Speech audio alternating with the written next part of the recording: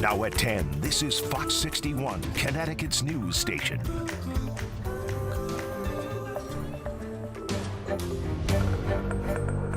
Stand with Ukraine! Thanks for joining us for the Fox 61 News at 10. I'm Brent Harden. And I'm Sarah Sanchez. Monday will mark 3 years since Russian forces invaded Ukraine, and across the country, people have shown up in droves, rallying support for their Ukrainian brothers and sisters. Fox 61's Stefan Reels has a message of solidarity from those gathered at today's rally in Hartford. It's been a relatively busy day for the European country. It all started off when President Volodymyr Zelensky said he would be willing to step down from his position as leader of Ukraine as long as it meant peace for his country or that Ukraine be admitted into NATO. However, back here in Hartford, several people pushed back against that proposal and asked Zelensky to stay where he was as president. Zelensky is not a dictator. Sunday, U.S. Senator Richard Blumenthal joined those calling for the Ukrainian president to not leave his post, as hundreds of people, signs, and chants Stand with Ukraine! flooded the Connecticut state capitol in Hartford to offer support for the Ukrainian people 3 years following the Russian invasion of their home country in February 2022. But we survive. Because we are strong, because we are Ukrainian. Billed as a peaceful rally, gatherings across the country like this came on the tail end of comments made Wednesday by President Donald Trump. As the Associated Press reports, negotiations to potentially end the war are expected to pick up again in the coming week. Zelensky better move fast or he's not going to have a country left. This move by President Trump criticized by people like Lieutenant Governor Susan Beiswitz, since negotiations only took place between American and Russian delegates, with Ukraine out of the picture. We will keep fighting to support democracy and freedom in the Ukraine. And President Zelensky must be at the table. And so the fight continues, as people like Ukrainian immigrants Artem Havreluk and Sofia Sezonenko vow to help keep their home country at the top of America's mind. These explosions and these airplanes became my normal life when I was living in Ukraine, and this is not okay. People are dying, my family members are dying, and it's important to keep conversation about Ukraine going, because Ukraine must win, Ukraine must prevail. There's so much more on the line than just Ukrainian security. European democracy is on the line, human lives are on the line. Human rights are on the line. On Sunday, President Zelensky asked President Trump to do more than just mediate between Ukraine and Russia and said he wants President Trump to be on Ukraine's side. But for now, at the state capitol, Stefan Reels, Fox 61. Meanwhile, British and French leaders will visit Washington, D.C. this week. Prime Minister Keir Starmer and President Emmanuel Macron will sit down with President Trump in separate visits to the White House. President Macron has strongly criticized President Trump's recent statements that echo Russia's narrative. He's also critical of his attempts to negotiate with Moscow without including Ukraine. Well, new tonight, a grieving family in Bridgeport is remembering a toddler who police say was killed by his own father in West Haven. 2 vigils were held for him tonight. Fox 61's Kay Pattyfoot spoke with family members still coming to terms with this tragic and senseless killing. Many people came out Sunday to rally behind Tyra Stewart and her family after her son was tragically stabbed to death. Family members saying instead of remembering him tonight, they should be celebrating his birthday in May. Family members are remembering a life lost way too soon.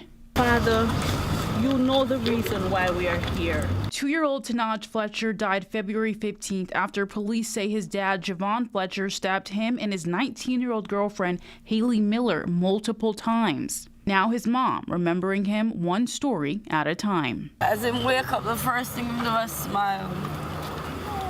And for go sleep and play with my ears. And no matter how many times Tyra and her twin sister Tyler mimic Tanaj, they know it won't bring him back. And count down to 10 and say, blaster! Or walkie, walkie, walkie, walkie, hop, hop, hop. And then I always forget to say tiptoe, tiptoe. So you go tiptoe, tiptoe. Always reminds me. So now I'll never forget tiptoe, tiptoe. Family and friends came out to Malloy Road in West Haven where the stabbings happened to remember the toddler. They lit candles, prayed, sang hymnals, and released balloons.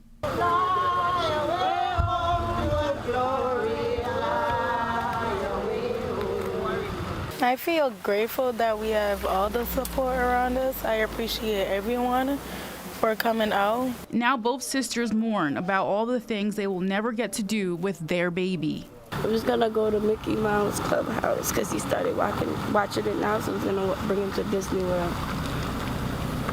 And traveling, I can't wait to travel with my baby. Tyra even told us how she got the name Tanaj. My sister has a clothing brand. It's called Tanajic Couture. And I was just like, Tanajic Couture, Tanajic Couture, Tanaj. And I was just like, yeah, that's the name. And although Tanaj is gone, families say he will live in their hearts forever. I can't be sad. He wouldn't want me to be sad, you know? I cannot be sad. He's just always been a happy person, a joyful person. West Haven police say 2-year-old Tanaj and 19-year-old Haley Miller were stabbed to death by the boy's father, Javon Fletcher, and he is expected back in court on March 13th. In West Haven, Kate Pattyfoot, Fox 61. All right, Kay, thank you. Time for a look at the weather. We're going to bring in Chief Meteorologist Rachel Frank. And if you'd asked me even a few days ago how excited I could ever get about watching ice melt, I would have said maybe not that much, but boy, it was good to see it today, wasn't it? Yeah, I was enjoying taking chunks of ice and chucking it across my yard, watching it shatter. Wow, that was a highlight of my weekend, Brent. Yes, thank you for reminding me. So Rachel, how long are we expecting this so-called warm-up to last? I think all week long. We're looking at temperatures that'll be not only above freezing, but well above freezing, and we could get up near 50 degrees for the first time later this week. So I expect a lot more melting of the snow, and well, let's face it, it's all ice that is out there at this point. Today we were kind of chipping away at the ice left over on some of the steps just to make sure we got the rest of it. It has been over 100 days since we have seen temperatures at 50 degrees or warmer. So it has been quite some time, and we will see that this week. Temperatures right now, though, are in the 30s across the state, including 31 for Torrington, 36 in the Hartford area, and it will drop below freezing tonight, so there could be a bit of a refreeze in some surfaces where there's no salt down. 25 in Hartford, 29 for an overnight low temperature for the New Haven area. We start in the 20s tomorrow morning. Lots of sunshine. We turn partly to mostly cloudy as we head through the afternoon. We're near 40 by lunchtime, and we'll see high temperatures in the mid to upper 40s as we head through the late afternoon, and the temperatures don't stop warming up there. 50 plus here for Tuesday and Wednesday. We are timing out a few chances for showers, though, as we head through the week ahead. One chance will be late Tuesday and Tuesday night. We'll have another chance for some showers on Thursday and perhaps heading into this upcoming weekend. Lots to talk about. Your full forecast is coming up in just a bit, guys. All right, Rachel, sounds good. Thank you. We have new details tonight. A man has died from his injuries after being pulled from a fire in Hartford. The fire broke out on Fenwick Street a little before 2 p.m. Saturday. Fire officials say the man who died suffered cardiac arrest on the 3rd floor of the multifamily home. His name has not yet been released. The Red Cross is assisting a total of 19 people who were displaced by the fire. And in Manchester, firefighters are looking into what sparked a fire inside a historic mansion. The fire broke out at the Seth Cheney Mansion on Hartford Road just before 1 o'clock this morning. Everyone inside was able to get out safely, but officials say several of the family's cats didn't make it out. The Manchester Fire Marshal is now investigating the cause. First responders in Ansonia were busy early this morning. They rushed to pull someone from a flipped car. Take a look at these photos here. Fire crews responded to Beaver Street and Woodbridge Avenue just after 2:30 this morning. Firefighters had to cut the roof off the vehicle to get the person who was stuck inside. There's no word on their condition tonight. And there was another rollover crash, this time in the town of Weston. This happened last night just after 7 on Valley Forge Road. When fire crews got to the scene, they found a car rolled down an embankment. Everyone inside the vehicle freed themselves before firefighters arrived. We're told everyone is okay tonight. And Danbury police say a person has died after being hit by a car on Saturday. Police say the person was hit in the area of Newtown and Eagle Road. The person was taken to a hospital and died earlier today from their injuries. The name has not been released. The driver involved in the crash remained on scene and is cooperating with the investigation. The Vatican has released an update on Pope Francis tonight, saying he had a, quote, peaceful night on Saturday.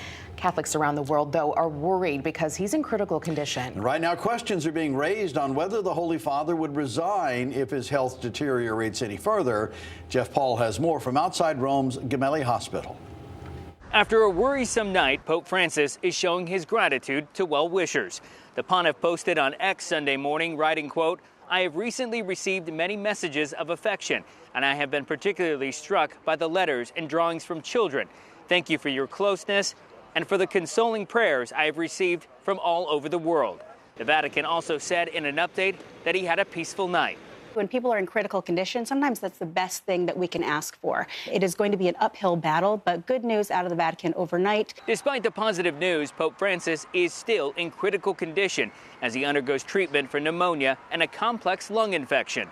The 88-year-old had part of his lung removed when he was younger, which is now coming into play, making him more prone to illnesses. He's got such serious difficulties with his bones and his stomach and everything else. We kind of knew it might be time for him to go home. The Pope was admitted to Rome's Gemelli Hospital on February 14th after his case of bronchitis worsened. And since that day, Catholic faithfuls right outside his hospital and those a world away continue to hope for his speedy recovery. We have to pray a lot for the Pope, so that way he will get well. I think he's done a good job, and I think that he's lived a full and amazing life. And so I am super concerned for him. That was Jeff Paul reporting from Rome. In the latest update from the Vatican, officials say the Pope attended Mass today with those who were taking care of him at the hospital.